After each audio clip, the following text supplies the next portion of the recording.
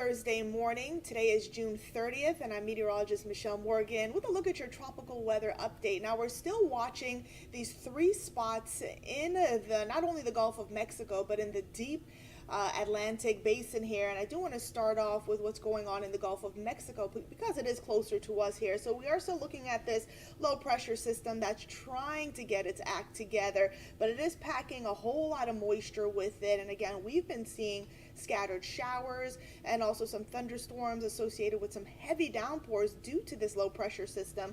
The center of it is still over the Gulf of Mexico, and again, as long as the center of it remains over the Gulf of Mexico, it's going to continue to try to get its act together, but it is running into some wind shear. That's why it just looks so messy at the moment. Now, the Gulf of Mexico, the water is certainly warm. It hits that criteria where it's the fuel of a tropical system where it can continue to strengthen, but as of right now, it looks like it is going to run out of time as it approaches the coast of Texas, or the Texas coast.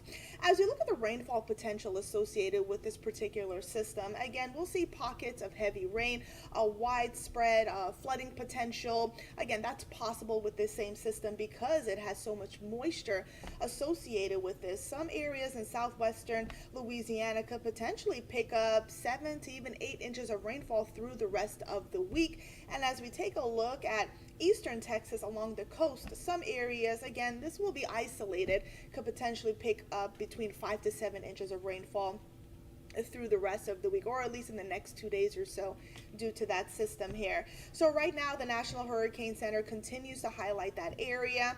It has a 40% chance of tropical development in the next 2 days, as well as the next 5 days. Of course, we'll continue to watch it, of course, and also the hurricane hunters will be going into that system later on this afternoon to investigate it. And right now, it is called Invest 95L, meaning that we're just continuing to investigate this area. But as of right now, it is running out of time to develop into a tropical system.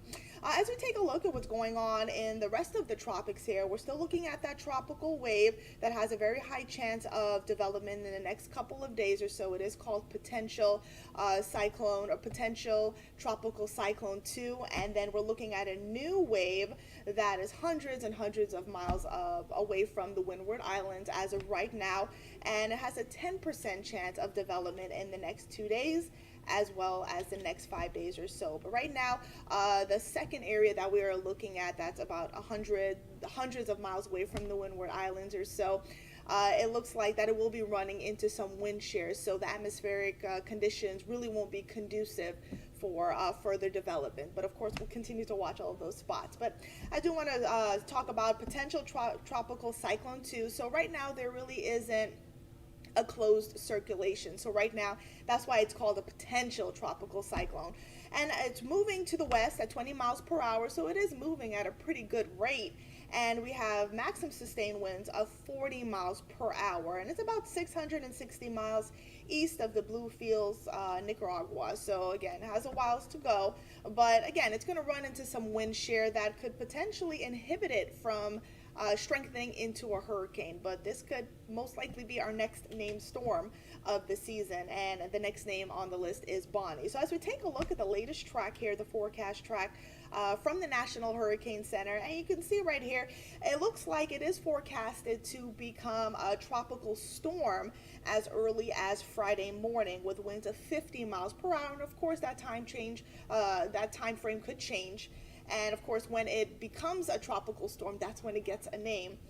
And it looks like it could potentially make landfall along Central America, along the coast there, Friday night, with winds of 65 miles per hour.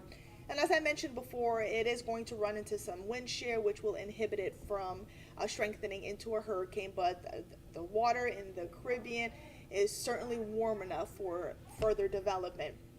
While it's on land, of course, it's going to weaken some, but again, there's not a lot of land for it to lose its circulation, so it could potentially re-strengthen as it moves towards the eastern Pacific.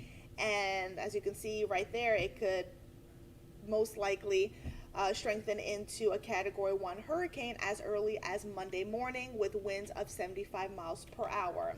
So as we take a look at the wind shear forecast, where you see the brightest colors, the warmer colors, the purples, the reds, the oranges, that's where you'll find the strongest wind shear. And as I mentioned before, those two areas that we are watching very closely will run into some wind shear, which will inhibit further development. Nonetheless, this is going to be a rainmaker for areas along the Central America coastline. So they'll have to worry about mudslides, also flash flooding in those areas as we get closer to the weekend. Take a real quick update here on how many named storms we've had. We've only had one, and we are approaching July, which is July 1st is tomorrow. We've already had Alex so far for the 2022 Atlantic hurricane season.